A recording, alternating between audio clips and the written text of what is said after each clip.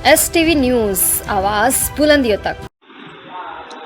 Yes TV 24 news channel Gorakhpur के दक्षिणांचल में स्थित गोला तहसील के अंतर्गत हम इस समय पकड़ी गांव में मौजूद हैं। यहां पर हमारे साथ अखंड हिंदू राष्ट्र मोर्चा के राष्ट्रीय अध्यक्ष जी हैं। आइए हम इनसे जानते हैं। जी, आपका परिचय।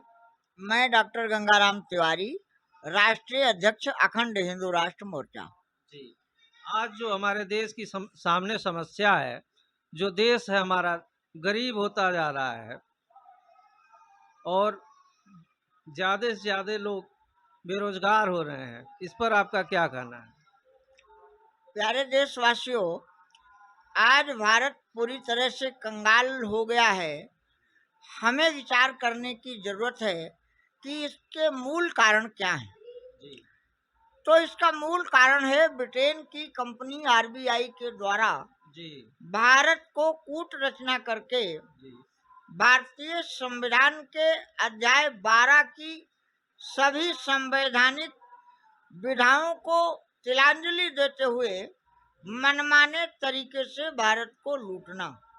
जी, जहाँ तक इसमें आरबीआई नाम जुड़ जा रहा है, तो आरबीआई का मतलब है कि भारत का वह बैंक है, लेकिन आप कह रहे हैं कि ब्रिटेन का। इस पर कैसे इसको क्लियर करें? प्यारे मित्रों, आपको देखने की जरूरत है कि यह 5 रुपए का सिक्का मैं आपके सामने प्रदर्शित कर रहा हूँ, जो डायमंड जुबली के अवसर पर हम लोगों को कार्यक्रम में उपलब्ध कराया गया था। आप इस रुपए को जब देखेंगे तो इसके ऊपर ब्रिटेन का लोगो लगा हुआ है और इसमें लिखा हुआ है भारतीय रिजर्व बैंक, और दूसरी तरफ अंग्रेजी में लिखा हुआ है रिजर्व बैंक ऑफ इंडिया। भारतीय रिजर्व बैंक ऑफ इंडिया अधिनियम 1934 में बनाया गया और 1 अप्रैल 1935 को भारत में लागू किया गया। इसीलिए ईसाई मिशनरियों के द्वारा भारत में 1 अप्रैल को मूर्ख दिवस भी मनाया जाता है। जी, 1 अप्रैल को मूर्ख दिवस क्यों मनाया जाता है? क्योंकि ब्रिटेन की सरकार ने आरबीआई के माध्यम से लूटने का जो षड्यंत्र किया, उस षड्यंत्र का पर्दाफाश दुर्भाग्य से हमारे देश की सरकारों ने नहीं किया। और उसके मूल कारण है कि 4 अप्रैल 1968 को भारत के नागरिक ब्रिटेन की कंपनी के गवर्नर के रूप में एलके झा ने जब दायित्व संभाला, तो उन्होंने ब्रिटेन सरकार के द्वारा गवर्नर की शपथ पत्र को बदल दिया।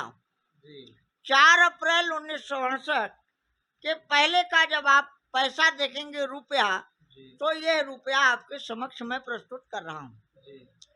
इसकी इबारत को आप देखिए तो इसमें साफ साफ लिखा हुआ है, I promise to the bearer on demand the sum of 100 rupees, और उसके नीचे लिखा हुआ है कि at any office of issue. इसका तात्पर्य यह हुआ कि भारत में 1 रुपया जब आरबीआई हमको छापने का अधिकार देती है, तो उसके बदले में 777 मिलीग्राम सोना या 777 ग्राम चांदी लेती है, जो ब्रिटेन की सरकार के द्वारा द पेपर करेंसी एक्ट के अनुसार संचालित किया जाता रहा है। आप बीच में एक शब्द कहे हैं कंगाल भारत, तो कंगाल भारत को हम चाहेंगे कि आप स्पष्ट करें कि कैसे कंगाल भारत हुआ। प्यारे मित्रों, आपने मीडिया के माध्यम से भी सुना होगा कि भारत का रुपया अब विश्व के बाजार में कोई भी संपन्न राष्ट्र लेने को तैयार नहीं है। उसका कारण क्या है कि आज हमारा रुपये का तुलनात्मक जो विश्लेषण होता है वो डॉलर के हिसाब से होता है, और आज 83 रुपये 43 पैसे का 1 डॉलर हो चुका है। इसका मूल कारण क्या है? इसका मूल कारण है कि 15 अगस्त 1947 को जब हमारा देश गुलाम हुआ तो 15 अगस्त के दिन पूरी दुनिया के साथ भारत 33% का व्यापार करता था और 1 रुपया बराबर $1 था। लेकिन 15 अगस्त 1947 को जब हमने transfer of power agreement accept किया तो 31 दिसंबर 1947 को हमारा रुपया 3 रुपए 30 पैसे के डॉलर का हो गया। अब वो निरंतरता बढ़ती गई और आज भारत का रुपया डॉलर के मुकाबले में 0 हो गया। इसलिए भारत कंगाल हो गया है। हमें जानकारी है कि हमारे देश की सरकारों ने देश का संचालन करने के लिए जो विश्व बैंक से कर्जा लिया तो 45 लाख करोड़ रुपए का कर्जा भारत के नागरिकों पर कांग्रेस की सरकारों ने दिया और आदरणीय नरेंद्र मोदी जी जब सत्ता में आए तो इन्होंने हमको 176 लाख करोड़ रुपए का कर्जा दिया। अब आज की तारीख में 140-42 करोड़ की आबादी में जीने वाले प्रत्येक भारत के नागरिक के ऊपर करोड़ों रुपए का कर्जा हो चुका है। जी, यानी जो है प्रति व्यक्ति पर करोड़ों रुपए का कर्ज आएगा।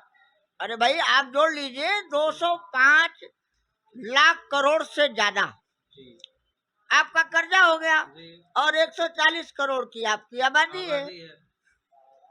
तो इसमें क्या डाउट। जी। इस प्रकार से राष्ट्रीय अध्यक्ष जी का कहना है कि यह हमारे साथ कहीं न कहीं जो तय करके समझौता हुआ है उससे हमारे ऊपर ठगी हो रही है और हमको एक तरह से गुलाम बनाया जा रहा है। रिपोर्टर चंद्रभान यादव।